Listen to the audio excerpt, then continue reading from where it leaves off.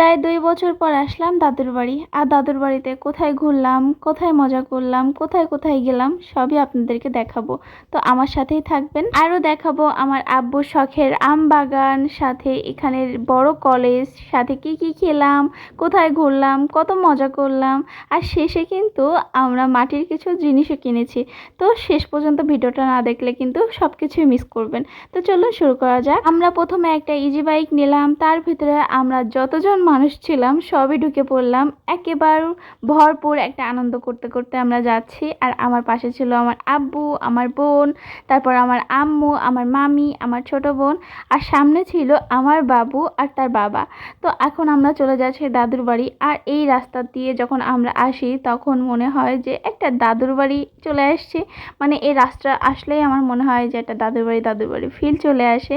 একদম গ্রাম্য পরিবেশ, এত ভালো লাগে। আমরা যেখানে থাকি সেটাও গ্রাম, কিন্তু দাদুর বাড়ির গ্রাম একটা আলাদাই ভাইব দেয়।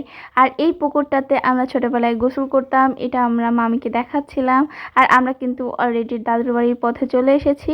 আর কিছু দূর সামনে গেলেই আমরা দাদুর বাড়ি পেয়ে যাব। আর আমার এত এক্সাইটেড লাগছিল, কারণ এতদিন পরে যাচ্ছি।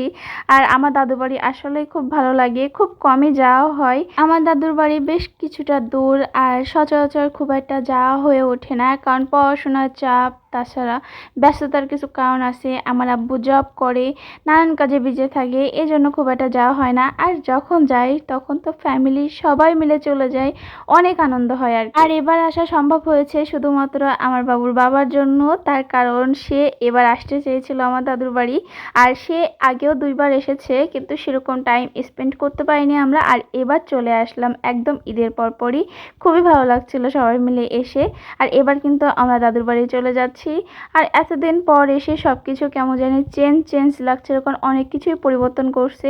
আর আমার বাবুর তো একটা জিনিস পাইলে আর কোনো কথাই থাকে না, সেটা হচ্ছে ছাগল প্লাস গরু।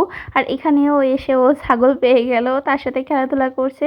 আর এই যে আমার দাদি মাশাআল্লাহ এখনো অনেক ইয়ং আছে। আর আমার দাদির জন্য আপনারা সবাই দোয়া করে দেবেন। আর একটা কথা বলতে চাই, আমার দাদু অনেক বছর আগেই মারা গিয়েছে, তার জন্য আপনারা দোয়া করে দিবেন। আমি চলে গেলাম রান্নাঘরে। আর রান্নাঘরে গিয়ে দেখলাম যে রান্না চলছে, এখনো শেষ হয়নি। তো ভাবলাম যে বাইরের দিক থেকে ঘুরে আসি। আর আজকের আবহাওয়াটাও অনেক বেশি সুন্দর ছিল, মানে খুব বেশি গরম ছিল না আর কি। আর গরম না থাকলে তো জানেনই ঘুরতে এত ভালো লাগে। আর আমাদের এখানে প্রায় কয়েকটা চাচা আছে, তো তাদের বাসায় আমরা ঘুরবো, আস্তে আস্তে সব আপনাদেরকে দেখাবো। তো তার আগে আমি একটু ঘোরাফেরা করছিলাম, এখানে একটা ডগ দেখছিলাম, তো তার সাথে একটু মজা করছিলাম। আমি কিন্তু ভয়ও পেয়েছি। চলুন আপনারাও এবার আমার সাথে আমার চাচাদের বাড়ি ভিজিট করুন। আর যেতে যেতে যে রাস্তাগুলো পড়লো সেগুলো আমি ভিডিও করে নিচ্ছি। আর এই জমি জায়গাটা কার জানি না। আর এটা হচ্ছে আমার এক চাচাদের বাসায়। তো এখানে চলে আসলাম, এখানে এসে কত কিছু দেখলাম, মানে দেখেই ভালো লাগছে। আর সাথে সাথে আমরা যখন গল্প করছিলাম হঠাৎ করে এই আমটা পড়লো, আর আমিও সাথে সাথে ভিডিও করে নিলাম আর আমটা রেখে দিলাম। এখানে আমাদেরকে চেয়ার পেতে দিয়ে হয়েছিল, আমরা ওখানে বসছি। আর এইদিকে হচ্ছে এটা কবরস্থান, আমার দাদুর কবর দেখতে যাচ্ছিলাম আমরা। আমার বাবুর জন্য আর আমার মামির বাবুর জন্য চাচিরা কিছু চকলেট কিনে আনছিল, তো সেগুলোই আমার হাতে দিল। আর আমি সেটা এখন আমার মামির ছেলেকে দিব। দেখুন সে কিভাবে নিয়ে নেয়, এত ভালো। ছাগলের বাচ্চা দেখতে পেয়েছ? অনেকদিন পর ভেড়া দেখতে পেয়েও অনেক ভালো লাগলো, কারণ আমাদের ওইদিকে তো সচরাচর ভেড়া দেখতে পাওয়া যায় না। আর ভেড়ার বাচ্চাগুলো এত কিউট। তো যাই হোক, এখানে হচ্ছে একটা পোলট্রির খামার করছিল। আর পরপরই আমাদের ডেকে নেওয়া হলো চা নাস্তা খাওয়ার জন্য। তো সেগুলো খেয়ে এবার আর একটা শীতের বাসায় যাচ্ছি, একদম পাশাপাশি। তো আবার রাস্তাটা ঘুরে আমরা এখানে চলে আসলাম। এখানে এসে কবুতরগুলো দেখে আমার এত ভালো লাগছিল। আর কবুতর কিন্তু কখনো আমি হাতে ধরি না, কিন্তু এগুলো এত পোষ মানানো কবুতর অলরেডি আমার হাতে চলে আসছে। দেখুন কিচ্ছু বললো না। বাই দ্য ওয়ে আমার হাতে কিন্তু টিস্যু ছিল, ওটা ভাববেন না যে কবুতরের পাখনা ছিল। তারপর চলে আসলাম আমাদের মেইন একটা জায়গা, সেটা হচ্ছে আমার আব্বুর আম বাগান। উফ, দেখলেই যেন শান্তি লাগে আমার আব্বুর আম বাগান। কিন্তু আমের ফলন না খুব একটা ছিল না, কেন জানি না। এই 2-3 বছর আম ফলন একদম ভালো হচ্ছে না। তারপর ওদিক থেকে ঘুরিয়ে এখন চলে যাচ্ছি আমরা কোথায় বলুন তো? কলেজ। আমার একদম দাদুর বাসার সামনে একটা বড় কলেজ। এই কলেজটার নাম আমি জানি না, কিন্তু এত সুন্দর পরিবেশ। মানে সত্যি বলতে অলরেডি ঘুরতে ঘুরতে আমাদের তখন 1:30 বেজে গিয়েছে, কিন্তু আমাদের এখনো ঘোরা শেষ হচ্ছে না। এখনো গিয়ে এদের সবার তো খিদে লেগে গিয়েছিল, কিন্তু ঘোরা শেষই হচ্ছে না। আমরা অলরেডি দাদুর বাড়ির থেকে বেশ কিছুটা দূরে চলে আসছি, কারণ ঘুরতে ঘুরতে আমরা এত দূরে চলে আসছি। তারপর এসেই তো ডিরেক্ট খাওয়া দাওয়ায় চলে গেলাম। ছিল মাছ ঝোল, ডাল দিয়ে ডিম, সাথে ছিল গরুর গোশ প্লাস আরসি, আর হ্যাঁ দইও ছিল। হাঁটতে হাঁটতে এতটা ক্ষুধা লেগে গিয়েছিল যে খাওয়ার টাইমে আর ভিডিও করতে পারিনি। পরে এক্সট্রা করে আপনাদের জন্য দেখিয়ে দিলাম যে কি কি রান্না করেছে।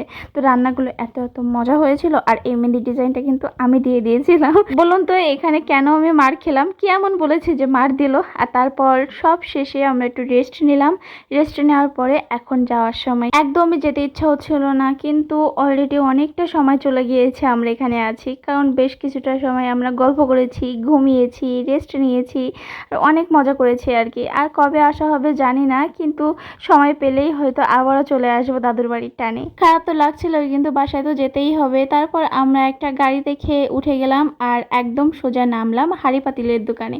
এখানে আমার আম্মু একটা মালসা খুঁজছিল, সাথে আমার ছোট্ট যে বোনটা আছে সেটা এখনো বড় হলো না। ছোট ছোট যে মাটির হাঁড়ি পাতিলগুলো আছে সেগুলোই আমার ছোট বোন কিনছে, কারণ সে এখনো বড় হয়নি, সে এখনো ওইগুলো নিয়ে খেলবে। আর তার সাথে নাকি মেজো বোনও খেলবে, ভাবা যায়। যাই হোক, দাদুর বাড়িকে অনেক মিস করব। আর আমার দাদুর বাড়ি আপনাদের কাছে কেমন লাগলো সেটা কিন্তু কমেন্টে জানাবেন। আর আমার দাদুর বাড়ি আমার কাছে সেরা। তো আল্লাহ হাফেজ, বাই।